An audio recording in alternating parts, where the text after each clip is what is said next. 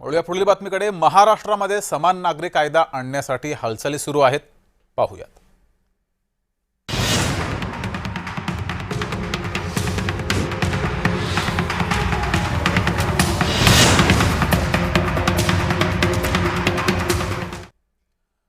सध्या सुरू असलेल्या पावसाळी अधिवेशनामध्ये समिती स्थापनेची घोषणा केली जाऊ शकते असं समजतंय। हा कायदा लागू झाल्यास राज्यात सर्व धर्मियांसाठी विवाह, घटस्फोट, वारसा हक्क आणि लिव्ह इन साठी एकच कायदा असेल। याचा सर्वाधिक लाभ महिलांना होणार आहे। याचं कारण म्हणजे पालकांच्या मृत्यूनंतर मुलामुलींमध्ये संपत्तीचं समसमान वाटप सर्वच धर्मांमध्ये नाहीये। तसंच विवाह आणि घटस्फोटाचे कायदे देखील प्रत्येक धर्मामध्ये वेगळे आहेत। याला वैयक्तिक कायदे म्हणतात। मात्र यामध्ये कायदेशीर अडचणी तर येतातच। त्याहून महत्त्वाचं म्हणजे महिलांना समान वागणूक मिळत नाही।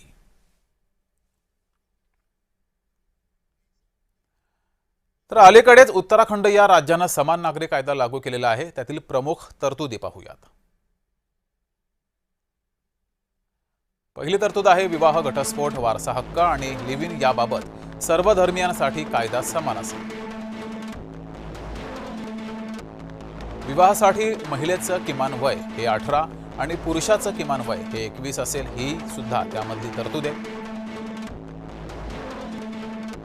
लग्न होताच 2 महिन्यांच्या आत नोंद करणं सुद्धा बंधनकारक असणार आहे। उत्तराखंडच्या समान नागरी कायद्यातील तरतुदी पाहतोय। बालविवाह, एकापेक्षा अधिक विवाह करणं हे बेकायदेशीर आहे, ही सुद्धा तरतूद या कायद्यामध्ये आहे। उत्तराखंडमध्ये हा कायदा लागू झालाय। लग्न संबंधात स्त्री पुरुषाला घटस्फोटाचा समान अधिकार आहे। स्त्री पुरुष दोघेही घटस्फोट घेऊ शकतात, समान अधिकार आहे। आई वडिलांच्या मालमत्तेचं मुलगा आणि मुलगी यांच्यात समान वाटप हे केलं जात आहे। वारसा हक्कामध्ये औरस, अनौरस आणि दत्तक अपत्यांमध्ये भेदभाव या कायद्यानुसार केला जात नाही।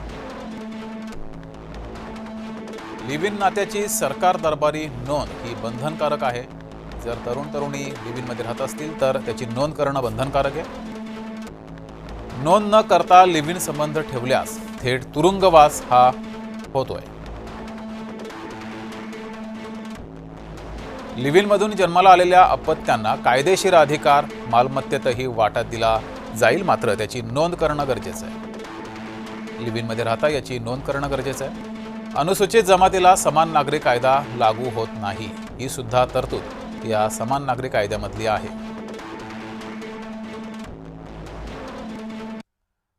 तर इस्लामिक कायदा अर्थात शरीयतमध्ये वारसा हक्काबद्दल काय सांगितलंय ते पाहूयात। संपूर्ण मालमत्तेचं मृत्यूपत्र बनवता येत नाही, केवळ 1/3 संपत्ती ही मृत्यूपत्राद्वारे देता येते।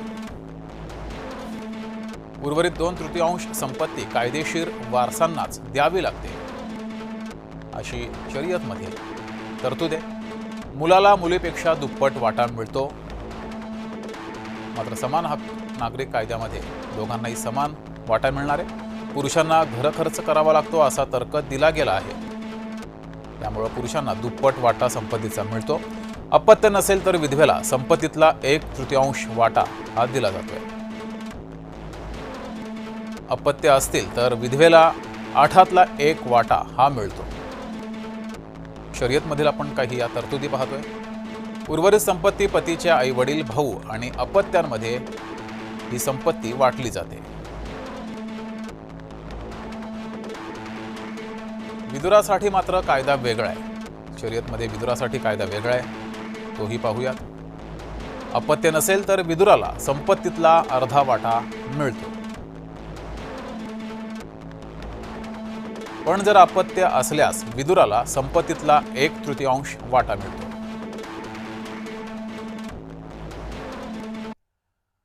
तर इस्लामिक इन्फॉर्मेशन सेंटरचे महाराष्ट्र प्रभारी नौशाद उस्मान यांनी काय हरकती नोंदवल्या आहेत त्या पाहूयात। तर काहीच नाही, फक्त डिबेट, मीडियामध्ये चर्चा, ध्रुवीकरणाचं वातावरण आणि एका पक्षाला राक्षसी बहुमत, बस। बाकी कोणाच्या महिलांच्या समस्याही तशाच राहणार आहेत, सगळ्या तशाच राहणार आहेत।